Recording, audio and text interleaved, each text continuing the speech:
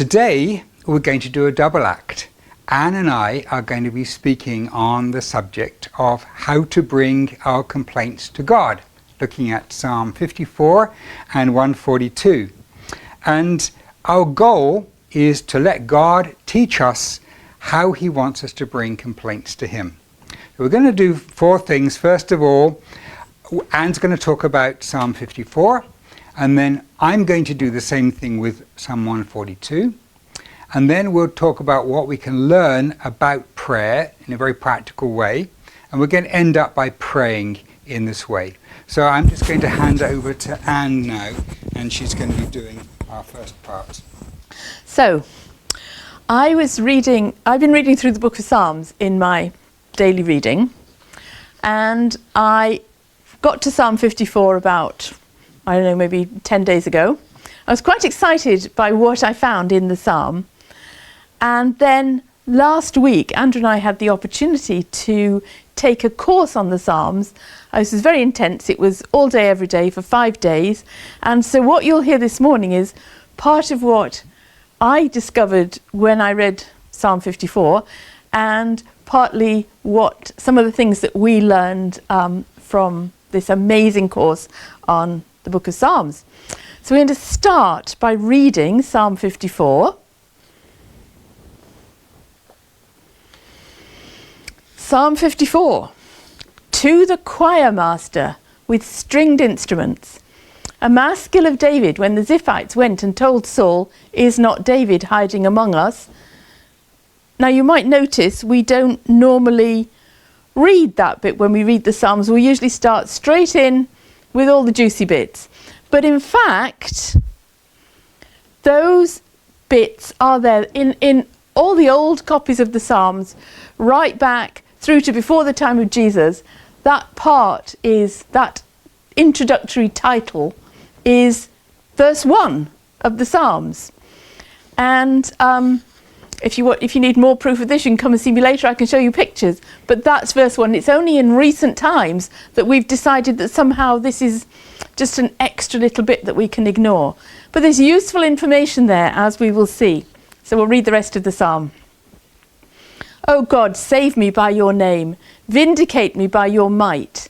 O God, hear my prayer. Give ear to the words of my mouth. For strangers have risen against me, and ruthless men seek my life. They do not set God before themselves. Selah. Behold, God is my helper. The Lord is the upholder of my life. He will return evil to my enemies. In your faithfulness, put an end to them. With a freewill offering, I will sacrifice to you. I will give thanks to your name, O Lord, for it is good. For he has delivered me from every trouble, and my eye has looked in triumph on my enemies. So, obviously David's in some distress in this psalm, but if we look at what it says in the title, we can see that this is some time when the Ziphites were telling Saul something. And when we look in the book of Samuel, we can find that story in 1 Samuel chapter 23. It's quite long, so we're just picking out the highlights here.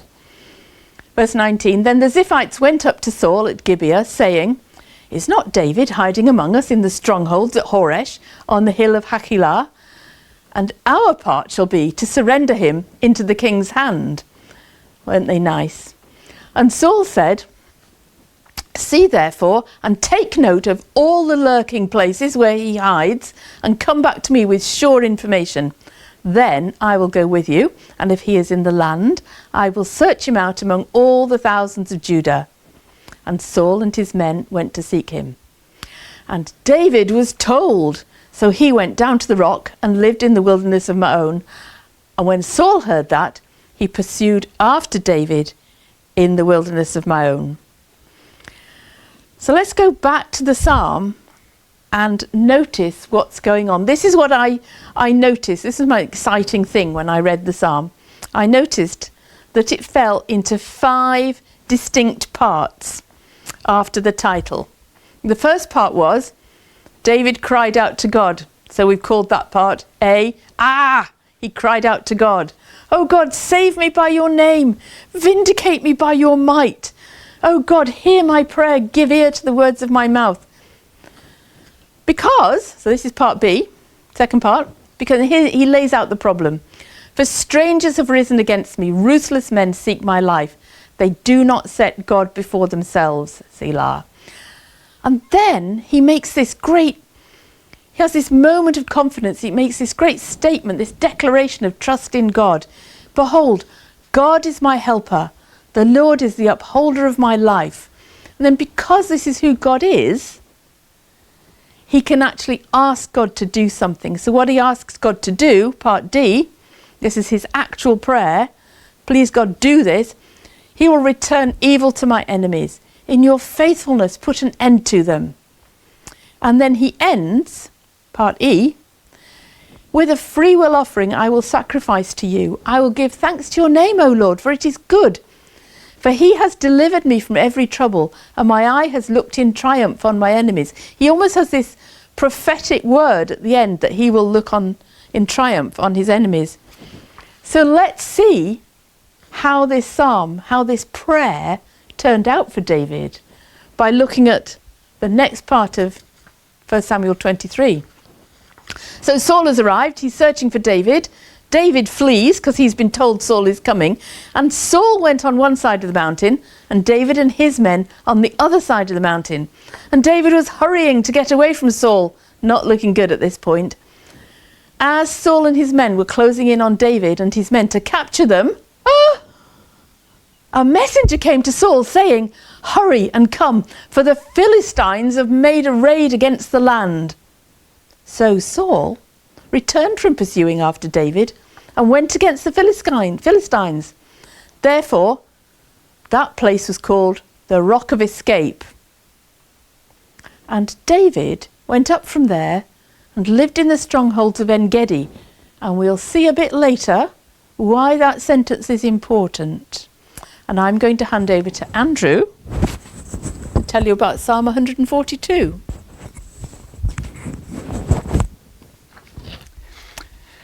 Yeah, so actually, this psalm that Anne's been talking about, which is a complaint to God, we call it the complaint psalms or the lament psalms. It actually, these 5 steps that it has are there in 50 of the psalms. 50 of the psalms we can call psalms of complaint. And I'm going to show you another psalm which falls into this category, and that's Psalm 142. So let's just read it, and I've already put the headings in there.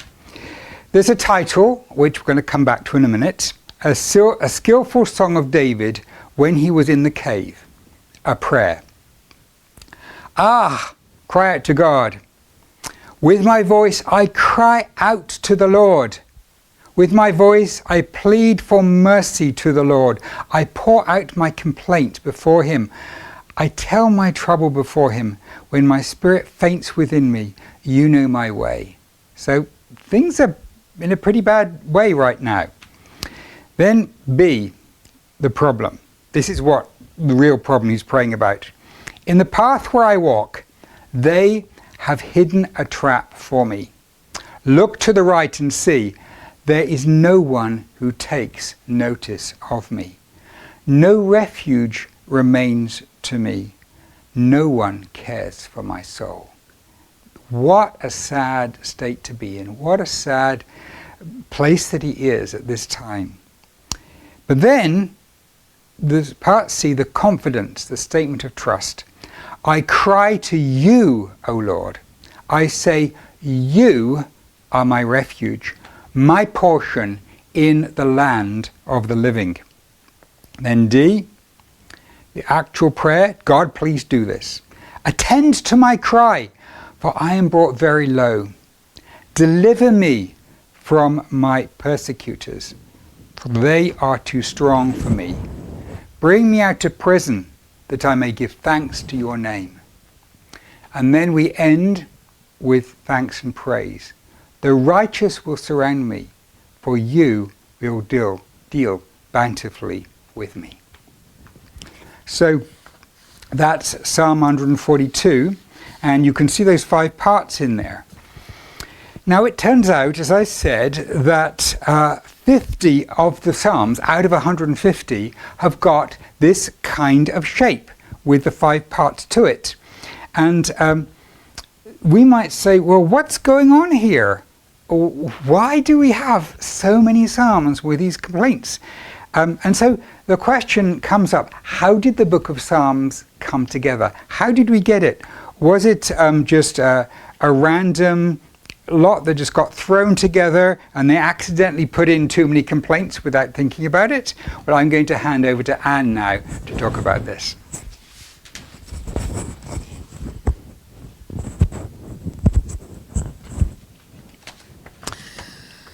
Well, sometimes we imagine the book of Psalms was it's just a random collection of poems, some by David, some by Asaph, the sons of Korah, and all these random people, and they just all got put together. A bit like my cookbook. This is where I collect recipes. Some of them haven't made it into the book yet, they're just scraps of paper. Recipe for cookies, followed by a recipe for chutney, followed by a recipe for pecan pie, followed by a recipe for just random things. Oh, turkey dressing, good recipe.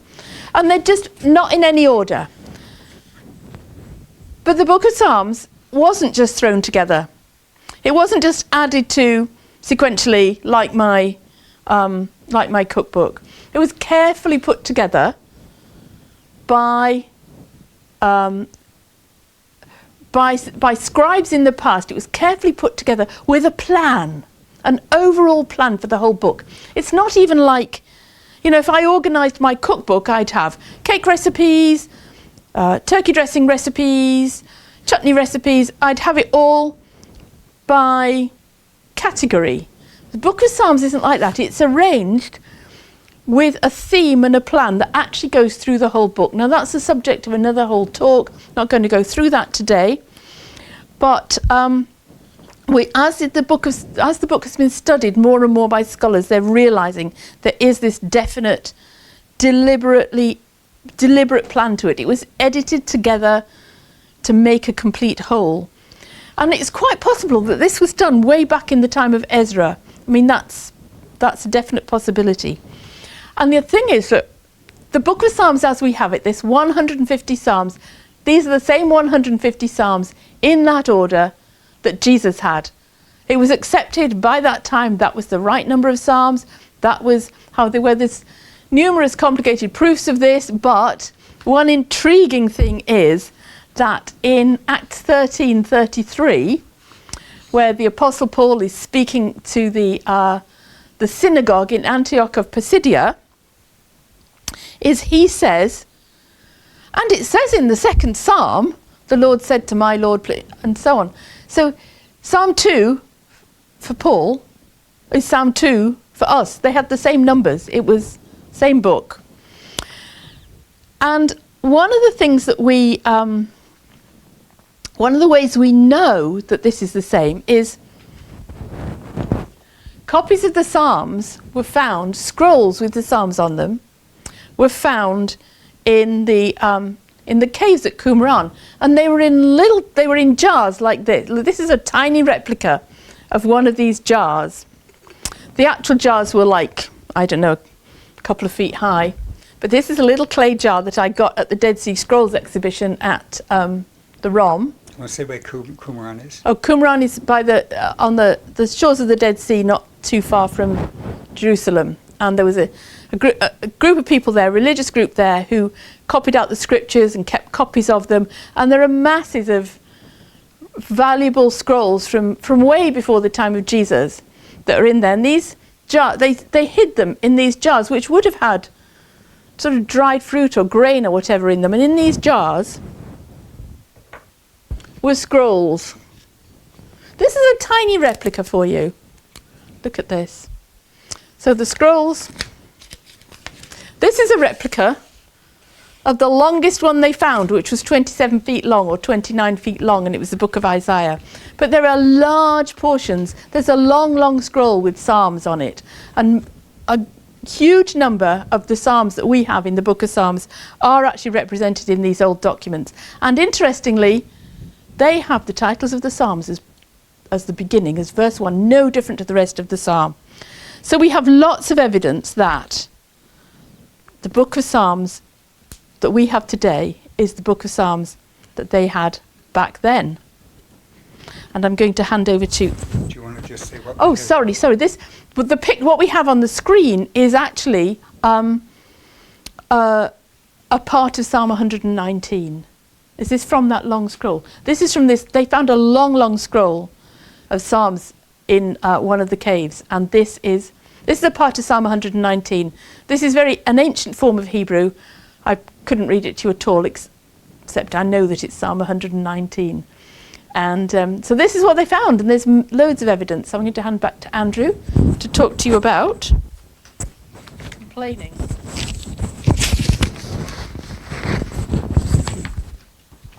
Yeah, so that's quite amazing, the way that with the Holy Spirit's guidance, the Psalms were collected into this order.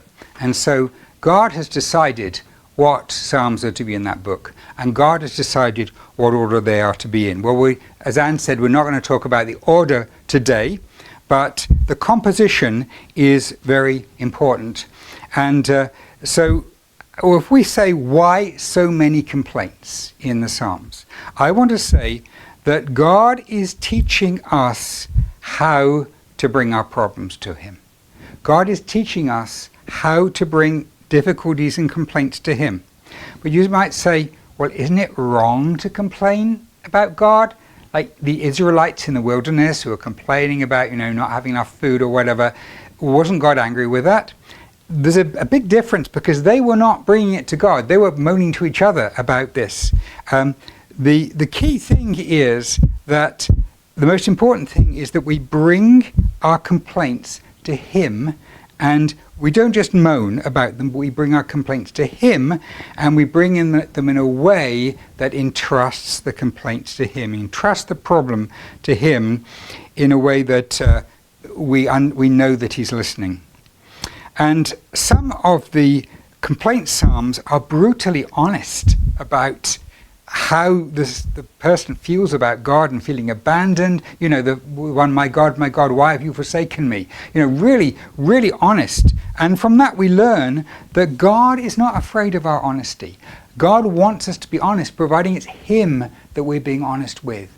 God is not afraid of robust prayers. He actually has put all of these prayers, some of the most brutally honest ones, into the book of Psalms for a purpose to show us that He's okay with us being very, very honest with Him and how we're feeling. And so I'd just like to go through those 5 steps that we've seen before. The first is a cry out to God, and we wanted to make them a way that you can remember. So we've given them these short A, B, C, D, E names so that you can remember them and you can try them out later. So A is just cry out to God. God, help me, help, please listen. And then B is the problem. It's not the request, it's the problem. Because things are a mess, because with David, these people are trying to kill me, what's going on right now?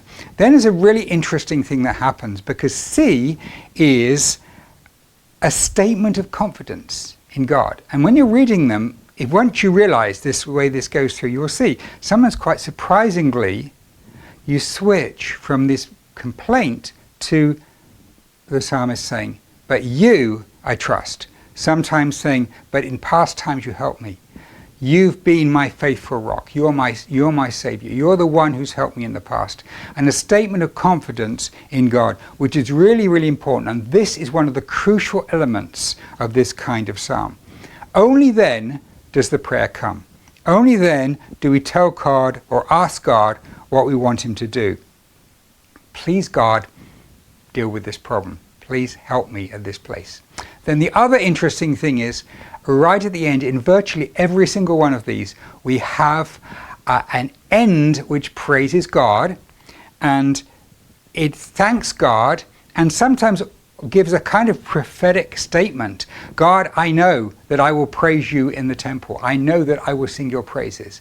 And something at the end which is just like a statement of victory and thanks to God for hearing this prayer. So we've only given you a couple of really short examples of laments. Most of them are quite a bit longer. Some of them are very long, with a lot of detail about what's going wrong and what we need God to do. What I want to do is to give you an example of how I might use this 5-step method in my prayers to God.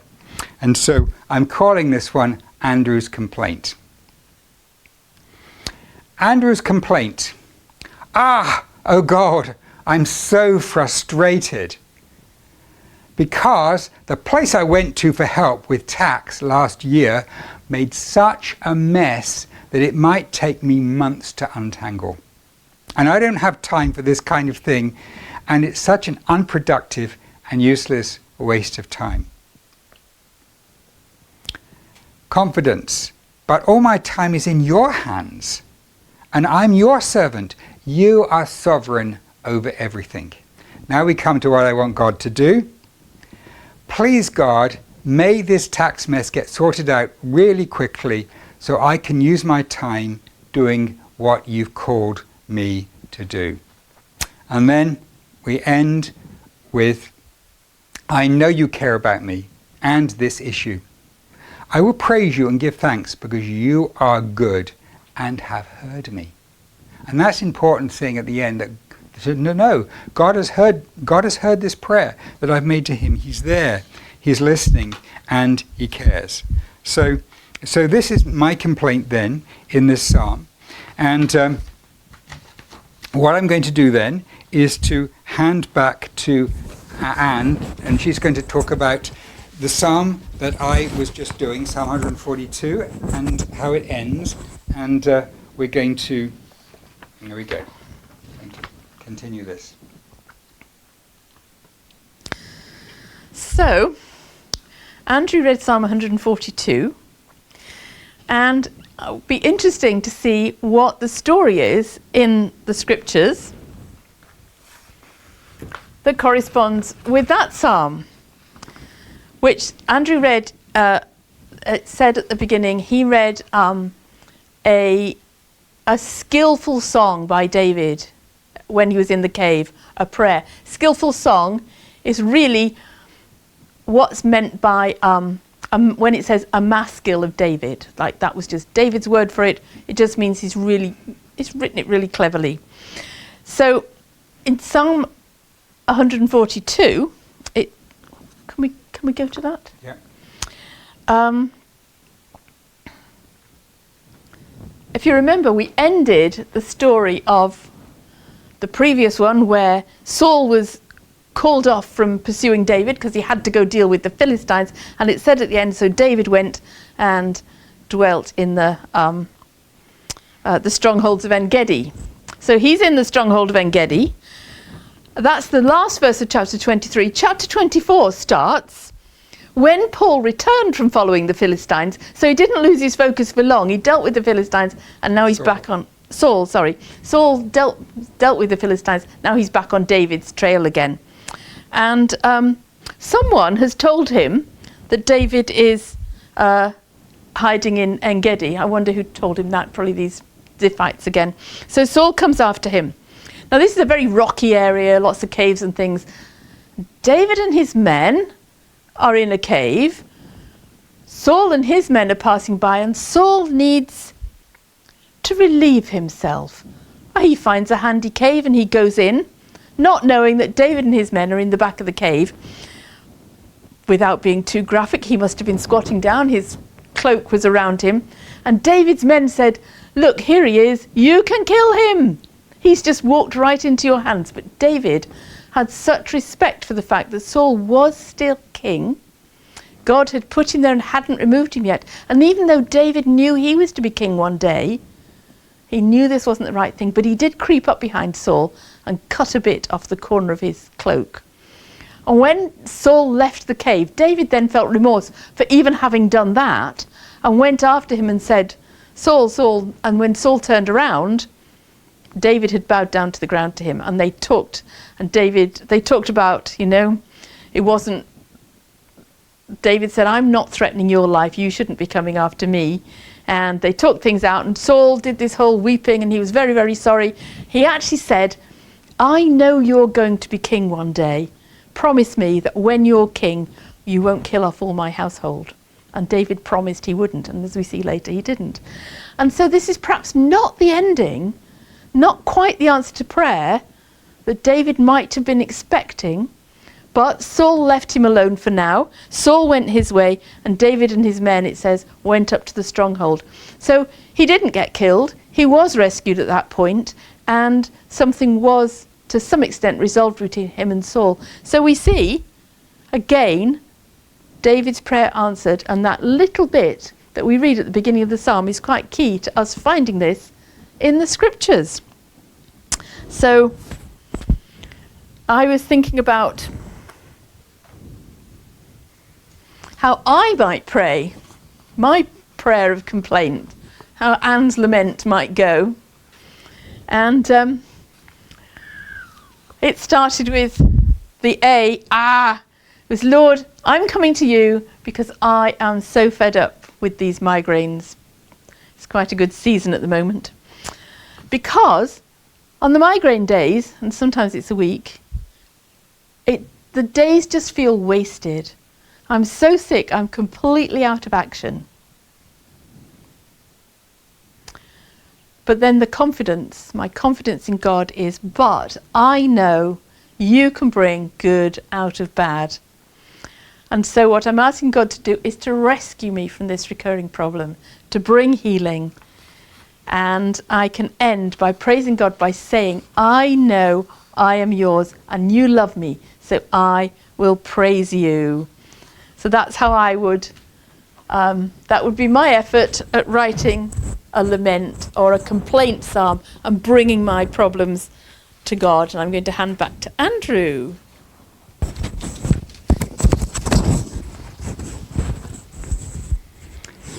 Thanks, Anne. So we're just coming to the end now.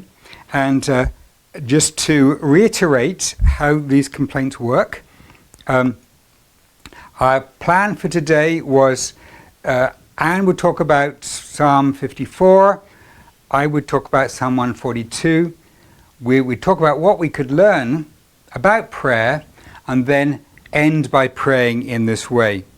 So I want to just say this doesn't have to be this rigid. I've given 5 steps, but actually when you look at the Psalms, they don't always have them precisely in that order. There's a variation around that theme to a certain extent. But what we would like you to do is to try it this week.